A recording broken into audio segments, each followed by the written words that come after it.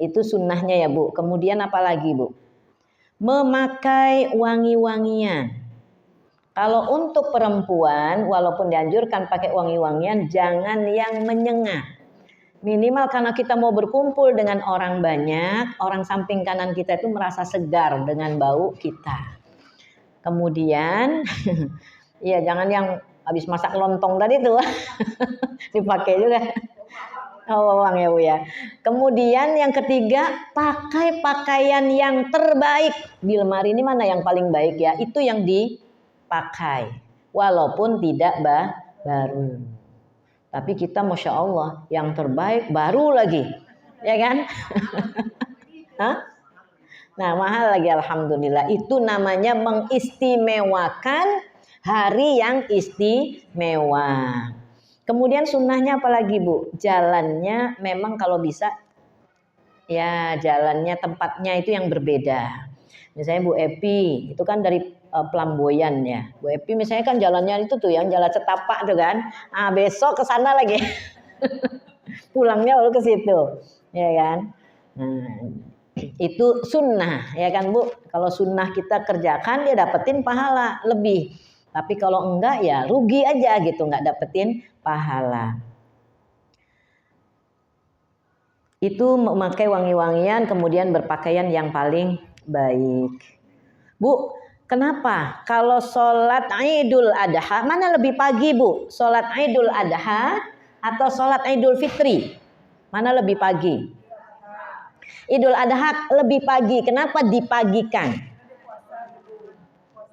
Karena puasa dulu. Ah iya ini dia. Karena biar ada kesempatan untuk memotong lebih cepat. Jadi waktunya sebenarnya ketika matahari itu sudah naik. Berarti sekitar jam 7, jam 8 kan gitu. Kalau kita udah biasa jam 8 ya Bu. Jam 8 kita melaksanakan sholat Id itu. Jadi diharapkan bisa melaksanakan pemotongannya itu di hari itu. Walaupun memotong binatang kurban itu boleh di 3 hari tasyrik itu. Kalau Idul Adha tanggal Zulhijjah. Tanggal 10. Tanggal 10 ya kan tasriknya 11, 12, 13. Ini kesempatan kita motong. Tapi yang sunnah itu adalah setelah kita sholat. Setelah kita sholat, kita memotong sembelihan itu dan kita makan apa yang tadi kita potong itu. Kalau Rasulullah biasa makan dan dianjurkan makan hatinya, kan gitu. Tapi kalau sekarang itu kan motongnya banyak-banyak ya Bu. Ya kan? Karena tidak sendiri. Kalau dulu kan motong sendiri selesai gitu. Kalau sekarang ada 13 kambing sapi, ya sepanjang itulah gitu. Maka alhamdulillah ya sebenarnya itu kan sunnahnya. Jadi kalau misalnya kita selesai sholat diperbolehkan untuk makan. Tadi puasa dulu ya Bu ya. Nah tapi kalau sholat Idul Fitri kenapa Bu agak lambat? Dilambatkan. Kalau sholat Idul Adha dicepetin, sholat Idul Adha dilambatkan kenapa? Sholat Idul Fitri dilambatkan kenapa?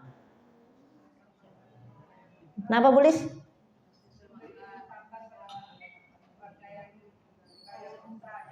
Ah iya itu dia. Saya punya pengalaman dulu waktu di Usuluddin. Ada bapak-bapak tuh yang bu, saya belum bayar zakat. Ini udah sibuk itu mau melaksanakan sholat. Duh gimana ya Pak? Ada nggak yang nerima zakat? Ibu, saya alhamdulillah maksudnya bukan termasuk yang boleh menerima zakat fitrah gitu. Nggak ada Bu di sini. Tetangga saya justru lebih kaya dari saya. Ya kan? Waktu di Usuluddin kan tetangga-tetangga kita jauh lebih kaya dari kita. Nggak ada Pak. Sibuk dia nyari-nyari. Coba ada yang bantu-bantu di sana tuh ada nggak? Sampai kalau seandainya dia sholat sudah dimulai khutbah berarti dia tidak termasuk zakat fitrah, dia termasuk sedekah.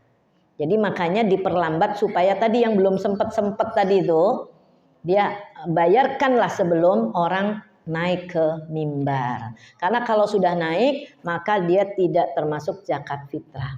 Emang yang afdol itu memberikan zakat fitrah sebelum sholat. Tapi daripada ngejarin afdol tapi kita terlewat, gitu ya Bu. Makanya lebih baik kita sebelum itu. Nah mungkin kita batasilah terakhir itu malam. Makanya kan Bu rame-rame ya. Kalau dari masjid ini ada yang zakat fitrah itu memang harus diselesaikan malam itu juga. Kalau orang membayarnya zakat fitrah bukan zakat yang selain fitrah, kalau zakat selain fitrah kan boleh dibayarkan kapan aja. Tapi untuk zakat fitrah hari itu wajib diserahkan sebelum matahari atau sebelum sholat itu usai, gitu ya Bu ya.